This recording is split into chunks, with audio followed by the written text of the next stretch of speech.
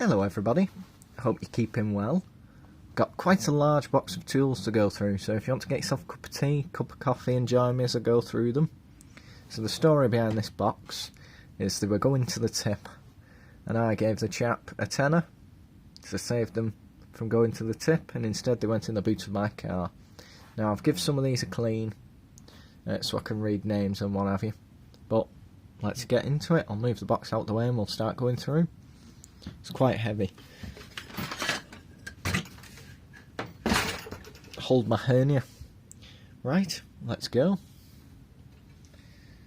First thing, axe handle, either ash or hickory.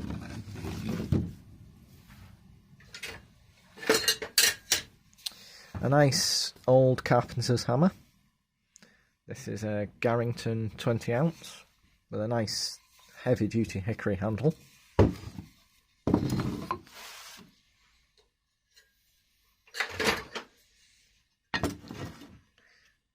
pair of WHS Hunt & Sons braids bricklayers trowels.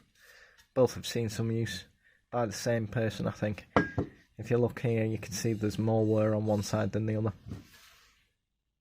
This one has a lovely brass ferrule. See if we can get it to focus. Stepped brass ferrule. That's quite nice. And this one's been modified. I think at some point or another, the chap has nailed a penny to the back for when he's tamping the bricks down to stop the handle from splitting. I think that was once a penny.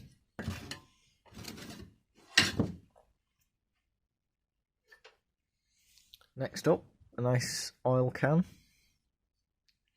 I like oil cans. This is an Italian one.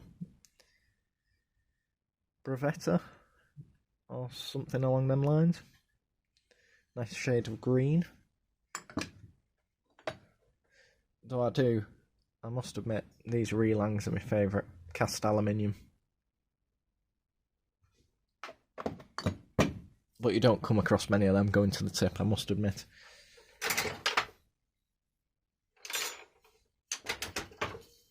A nice little pick. These are quite popular amongst fossil hunters and people that do geode cracking, because they're quite small, easy to fit into a pack, but very effective. Probably made for coal originally, I'd imagine.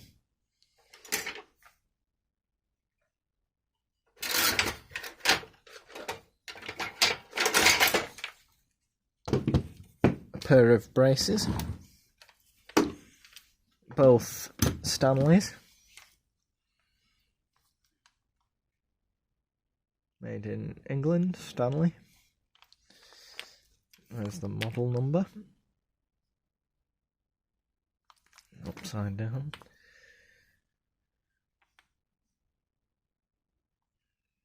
"10" number 73.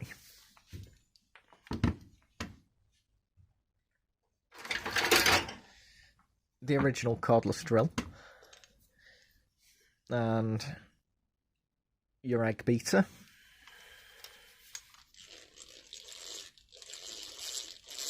Still works fairly smoothly. I like the American versions of these, and some of the German ones.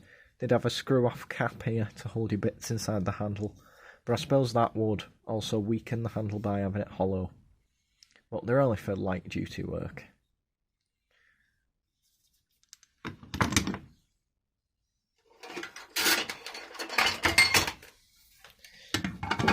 Pair of saws.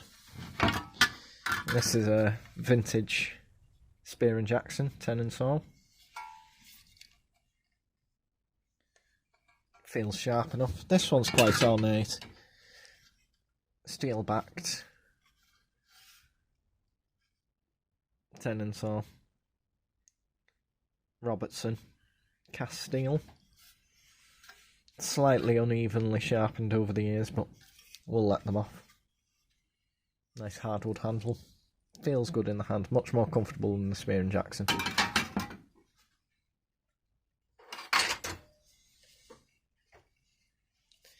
a roofing hammer by Tyzac. If we can get it to focus. I like these. Waffle face, claw on the side, and a point. So you'd break the hole in the slate with the point and drive in the tack to hold the slate down. Or if you're removing the roof, break the hole around the nail, and then you can get your hammer underneath to pry up the nail.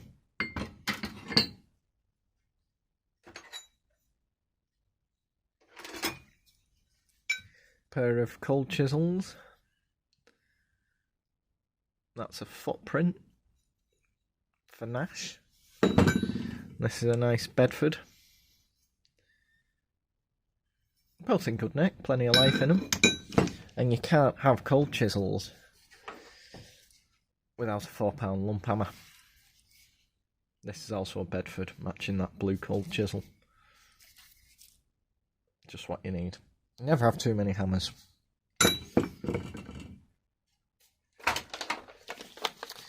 Next up is a dubious quality craft knife set.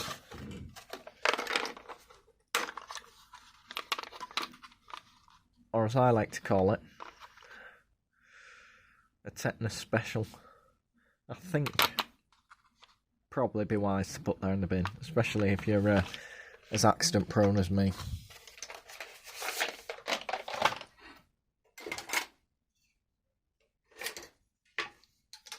A trio of hacksaws, a large eclipse, a small eclipse, and one of these bent wire ones. I think that's a picador.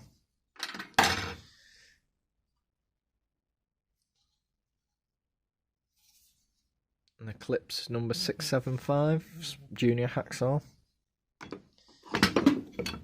and an adjustable eclipse hacksaw. See the 5 points of adjustment for different hacksaw blades before hacksaw blades became a standard length. So one of these is worth keeping around in case you come across any hacksaw blades cheap on the boot sale or whatever, so you can use whatever size is going.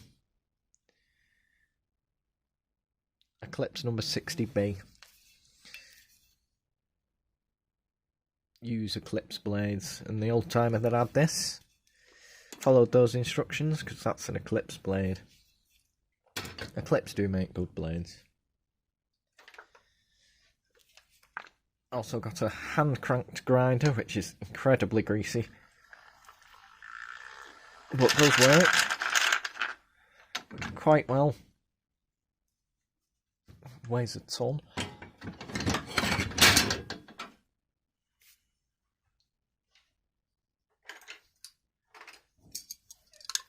Not one but two Stanley knives, a 199A and a 59E. So that's your fixed blade and that's your retractable blade.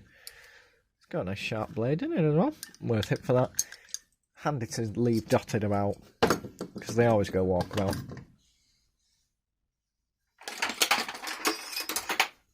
No name trowel, pointing trowel, and another. I think this was probably a name trowel once upon a time, but it's been worn down to nothing. Someone's really liked that and used that quite a lot, and for that reason I might save it because it's probably made someone a lot of money.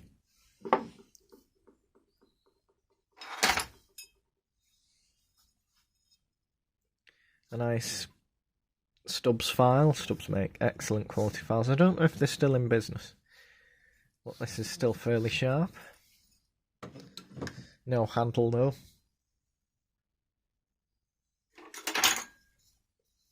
A little number 1 copper soldering iron for tinsmithing or whatever. Put this end in the fire, wait till it gets hot, melt your solder. It's got a flat on the handle here, so it sits on the bench, I imagine, doesn't roll off. That's nice, isn't it? I do like them. Never used one. I've got an electric soldering iron over there, but they are nice things.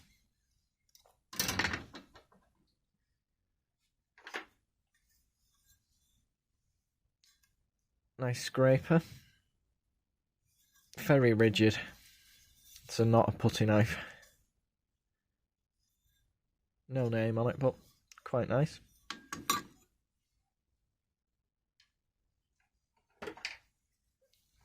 I think the star of the show is this little anvil. It's lost one of its ears. So I'll file that flat. I'll probably file that side flat as well, and then put it on my shelf with my other little anvils.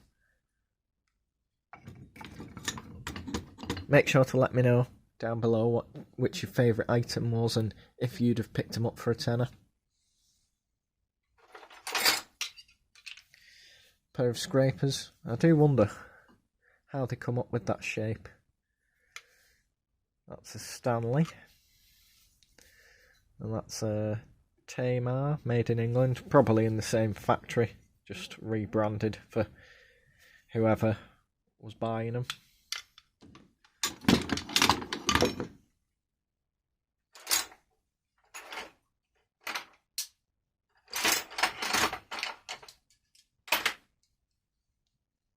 Pair of tin snips by WW. They look to me like an early pair, but I don't know who WW are. So if you do know, let me know. Nice small pair of tin snips. It's not a toolbox without the single glass cutter. These seem to be in every toolbox I've ever bought. Sometimes they're quite nice brass ones, sometimes they're cheap, like these. This dates it. Delta typewriter ribbon. But it's not typewriter ribbon, it's some kind of hook. I haven't come across those before. They've got a nail in the back and a hook on the front. Not very heavy duty though. Maybe if I'm just hanging pictures or something like that. If you know what they're for, let me know.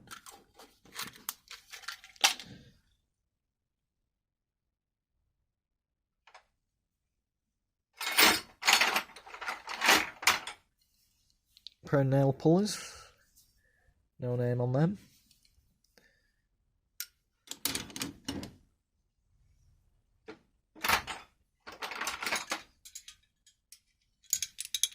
Three pairs of combination pliers. We've got a Wilkinson pair. They're quite nice. They're similar to what I got recently.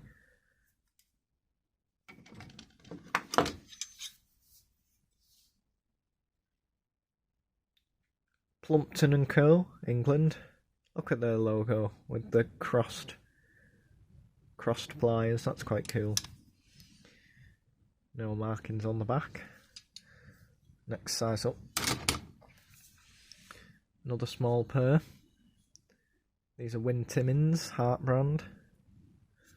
They're quite nice.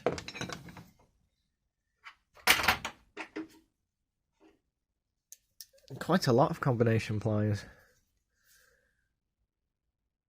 British made, number 257, but no brand. Cumbrian Tools, Broad Arrow 1950, so these have come out of an army toolkit. 6-inch pair of combo pliers. They're quite nice. I haven't heard of that tool manufacturer before. Getting towards the end now. AA Book of the Car tyre service pack. Tyre pressure gauge, always handy. And a tyre tread checker. Probably came free with the book, but worth having.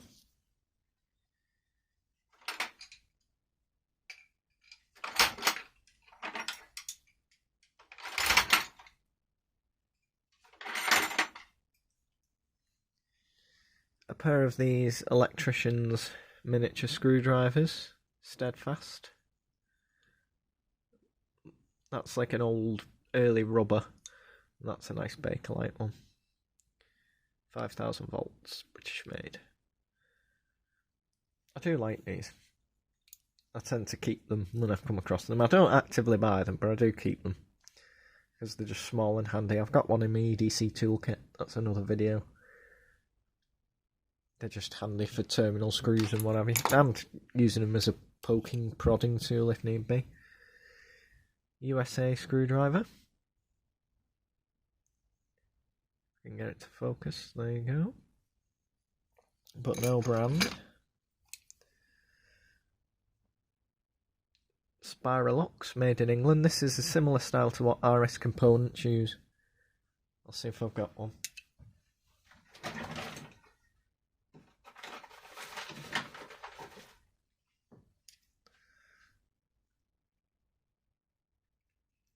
RS Components. See, they're very, very similar. I like these handles though, they're quite heavy duty. But not good if your hands are oily.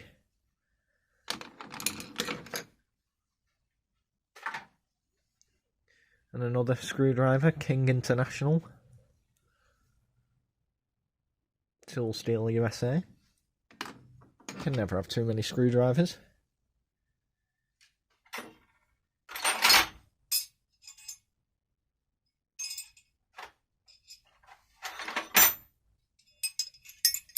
And to finish off, we've got a couple of spanners.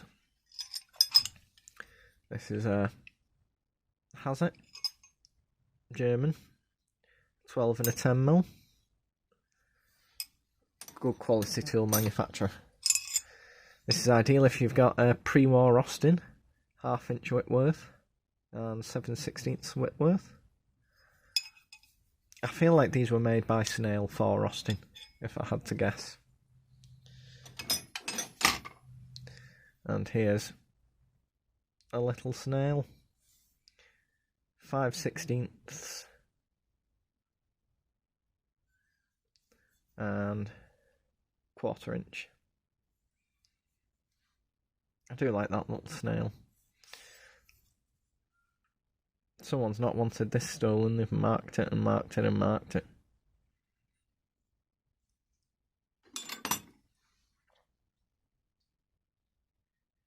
So that's it, that was everything that was in the box. That's quite an awful lot of stuff.